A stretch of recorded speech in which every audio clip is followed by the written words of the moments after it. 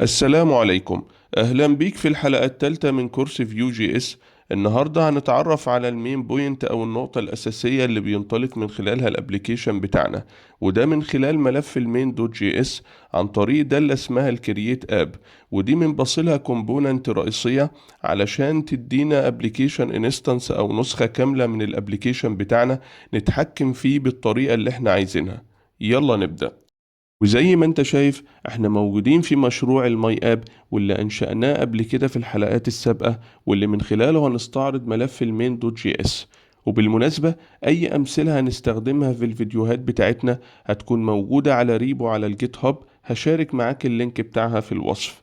كل فيديو هيكون ليه برانش خاص بيه علشان تراجع الامثلة بتاعته بالشكل اللي يناسبك. ودلوقتي من خلال الكرييت اب قدرنا ان احنا نمرر ليها مين كومبوننت علشان ترجع لنا الابليكيشن انستنس بتاعنا، نسخة كاملة عبارة عن اوبجكت فيه مجموعة من البروبرتيز والميثودز اللي هنستخدمها خلال الكورس بتاعنا ان شاء الله. دلوقتي خلينا نحفظه في متغير اسمه اب علشان نقدر نستعرض مجموعة من الميثودز هنحتاجها بشكل اولي. وحاليا لو انت لاحظت الابليكيشن بتاعنا مربوط بالفعل بحاجة اسمها هاشتاج اب، وده الاليمنت او الروت اليمنت اللي احنا اتفقنا عليه قبل كده، واللي من خلاله هنقدر نرندر كل حاجة في الابليكيشن بتاعنا جوه الروت اليمنت ده. طب الروت اليمنت ده موجود فين؟ في ملف الاندكس دوت اتش تي ام ال علشان الابليكيشن بتاعنا يرندر جوه. لان فكرة الفيو جي اس او هو الفيو جي اس وغيره من الفريم وركس اللي مبنيه على الجافا سكريبت، الفكرة الأساسية بتاعتها هي السنجل بيج ابليكيشن زي ما شرحناها وزي ما قلناها قبل كده، هي ان الابليكيشن بتاعنا بيرندر كله في وان بيج او سنجل بيج. ودلوقتي لو احنا بصينا على ملف المين دوت جي اس وعلى الميثودز اللي جواه، او نقدر ان احنا نستعرض الميثودز اللي جواه، هنلاقي مجموعة من الميثودز زي ما هنشوف مع بعض كده. دلوقتي هنستعرض مع بعض تو ميثودز مهمين خالص، هي الماونت والان ماونت. وطبعا كلمة ماونت معناها تركيب. تركيب يعني احنا عايزين نعمل عملية ربط ما بين الانستنس بتاعنا والكونتينر اللي هيرندر عليه كل شيء اللي هي الروت اليمنت.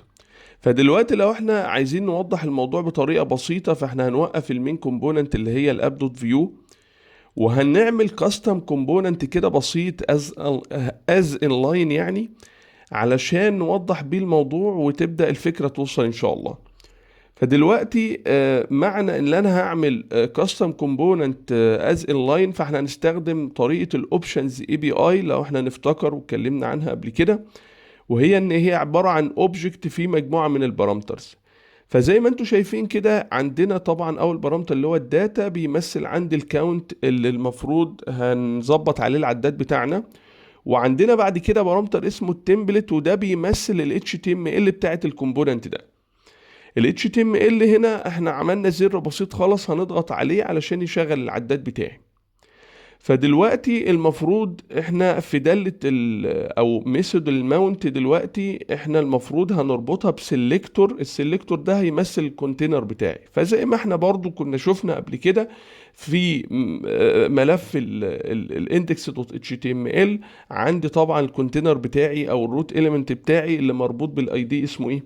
اسمه اب. فهنا بنيجي بقى في دالة الماونت بنديها عن طريق الاي دي، فبنقول هاشتاج اب. فهنا بكل بساطة هنقدر نشوف الزر بتاعنا اللي هو الكاستم كومبوننت اللي احنا كنا عاملينه من شوية، علشان دلوقتي اصبح ده الكونتينر اللي بيشيل كل حاجة عندي في الابليكيشن. طبعا دلوقتي لو ضغطنا هيشتغل معايا مظبوط والدنيا زي الفل. طيب لو انا لسبب ما عايز اعمل بقى عملية فصل الربط ده، اخلي الابليكيشن بتاعي من غير اصلا كونتينر او روت اليمنت، فهنستخدم دالة الان ماونت. والان ماونت هنا لما احنا بنشغلها بتفصل لي بقى الايه الانستنس بتاعي عن الكونتينر بتاعه خالص. فهنا مثال بسيط من خلال السيت تايم اوت قدرنا ان احنا بعد 5 ثواني نعمل الان ماونت بتاعتنا. وبشكل كبير هنا طبعا بنستخدم النقطة دي في حالة لو احنا عندنا شغل بفيو على دايركت اتش تي ام ال فايلز. فلو احنا بنشتغل بطريقة اللي هو ال HTML نفسها من غير بيلد تول، فاحنا ساعات بنستخدم كود الفيو علشان نظهر حاجة معينة لوقت معين ونعمل لها ديسبلاي او نخفيها لسبب ما. ودلوقتي زي ما احنا اخدنا مع بعض دالة الانماونت، ودالة الانماونت زي ما عرفنا هي بتعمل عملية فك ارتباط ما بين الانستنس بتاعي والروت اليمنت اللي بيحصل عليه ريندر للكومبوننت بتاعتي. وفي الحالة ديت بكون محتاج ان انا اعمل عملية وقف لبعض الاشياء او تنظيف لبعض الاشياء اللي بقى ملهاش لازمة عندي في الابليكيشن. زي مثلا مثال بسيط بيكون ريليتد اكتر بالباك اند بس لتبسيط الفكره، موضوع الكونكت على الداتابيز. انا لما اعمل كونكشن على الداتابيز فانا لما بوقف الابليكيشن بتاعي اصبح الكونكشن ده ملهوش لازمه، فانا بكون محتاج ان انا اقفله. وعلشان يعني نوضح الموضوع بطريقه عملي شويه، فانا عندي مثلا تخيل سيناريو السيت انترفال. داله السيت انترفال هي بتعمل لي انفاينايت لوب بوقت معين لحد ما انا اعمل كلير لللوب ده. ففي الحاله ديت السيت انترفال بتطبع لي رساله دلوقتي كل 3 ثواني. فانا لو عملت ان ماونت للابليكيشن بتاعي دلوقتي فهتفضل الرساله دي شغاله حتى بعد ما وقفت الابليكيشن بتاعي. فده بيعمل لي ما يسمى الميموري ليك، وده تسريب في الميموري، يعني في ميموري دلوقتي مستهلكه ملهاش لازمه.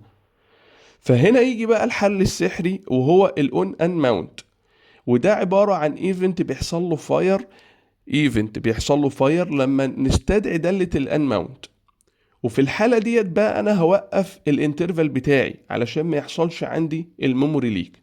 زي ما انت شايف كده لما انا وقفت الانترفال عندي في دالة الاون ان ماونت، هنا اصبح الرسالة اللي بتظهر وقفت معايا والانترفال بتاعي وقف نهائي. ودلوقتي هنتعرف على دالة كمان اسمها فيرجن، وطبعا من اسمها كده هي بتجيب لي الفيرجن بتاع فيو اللي انا شغال عليه دلوقتي. بعد كده هنتعرف على الكونفيج، والكونفيج ده يعتبر اوبجكت مهم خالص موجود على الانستنس بتاعي، لان من خلاله بنقدر نظبط اعدادات التطبيق بتاعي بشكل كامل. وطبعا هنتعرف على كل الحاجات اللي بداخل الاوبجكت ده خلال الحلقات بتاعتنا، ولكن علشان نوضح مثال من الحاجات اللي موجودة بداخل الاوبجكت ده هو الايرور هاندلر مثلا.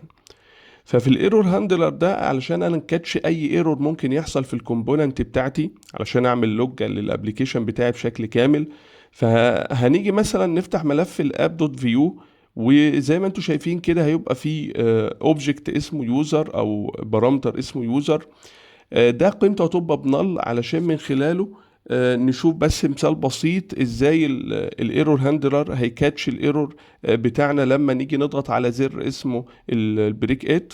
والبريك ات ده هيقرا قيمه من اليوزر اللي هو قيمته اصلا بنل، قيمه مش هتكون موجوده او بارامتر مش موجود. ففي الحاله دي هيحصل ران تايم ايرور هيطلع معانا بقى في الايرور هاندلر.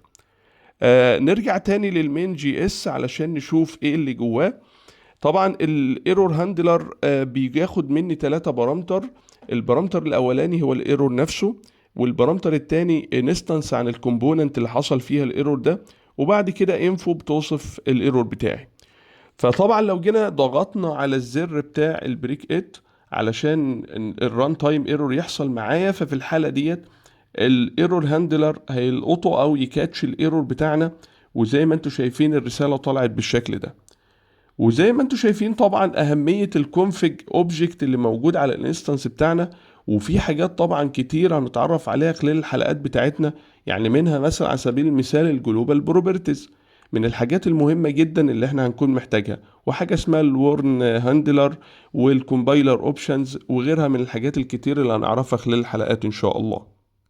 ويجي السؤال دلوقتي، هل نقدر نعمل اكتر من تطبيق في نفس الوقت؟ طبعا نقدر نعمل كده من خلال دالة الكرييت اب، لانها بترجع لي انستنس منفصل تماما عن اي انستنس موجود قبل كده.